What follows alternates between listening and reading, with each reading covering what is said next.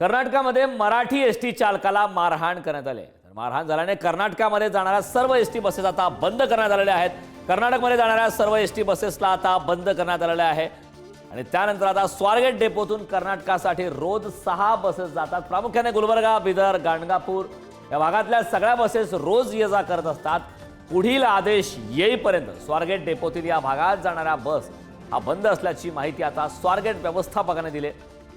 स्वारगेट डेपोतून कर्नाटकासाठी रोज 6 buses जातात। मात्र ज्या प्रकारच्या घडामोडी मागच्या 3-4 दिवसापासून घडत आहेत त्यानंतर आता एसटी चालकाला या ठिकाणी तसे आदेश देण्यात आले। स्वारगेट डेपोतून आढावा घेतला आमचे प्रतिनिधी बालाजी पोद्दार आहेत। कर्नाटकमध्ये महाराष्ट्राच्या एसटी ड्रायव्हरला मारहाण झाल्यानंतर आज राज्यातल्या सगळ्याच गाड्या कर्नाटकमधल्या जाणाऱ्या बंद करण्यात आल्या आहेत। पुण्यातल्या स्वारगेट डेपोवरून सुद्धा कर्नाटकामध्ये रोज 6 गाड्यांची ये-जा होते जे महाराष्ट्र शासनाचे आहेत।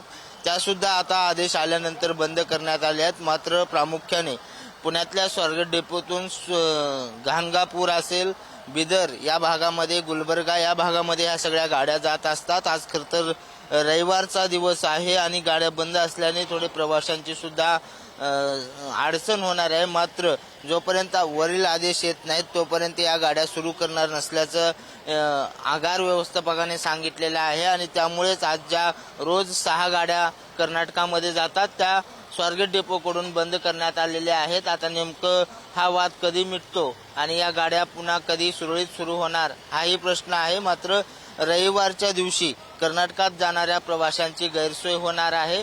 कायदा सुव्यवस्थेचा प्रश्न म्हणून महाराष्ट्र राज्य एसटी महामंडळाने हा निर्णय घेतलेला आहे की जोपर्यंत कर्नाटकातली स्थिती योग्य होत नाही तोपर्यंत या गाड्या महाराष्ट्रातल्या कर्नाटकात जाणार नाहीत आणि आता कर्नाटकातल्या ज्या गाड्या आहेत त्या मात्र आता त्यांच्या परत चाललेल्या आहेत, येत आहेत। मात्र महाराष्ट्रातल्या सर्वच गाड्या बंद करण्यात आल्या आहेत। व्हिडिओ जर्नलिस्ट संपत मोरेसह बालाजी पोद्दार, पुढारी न्यूज, पुणे।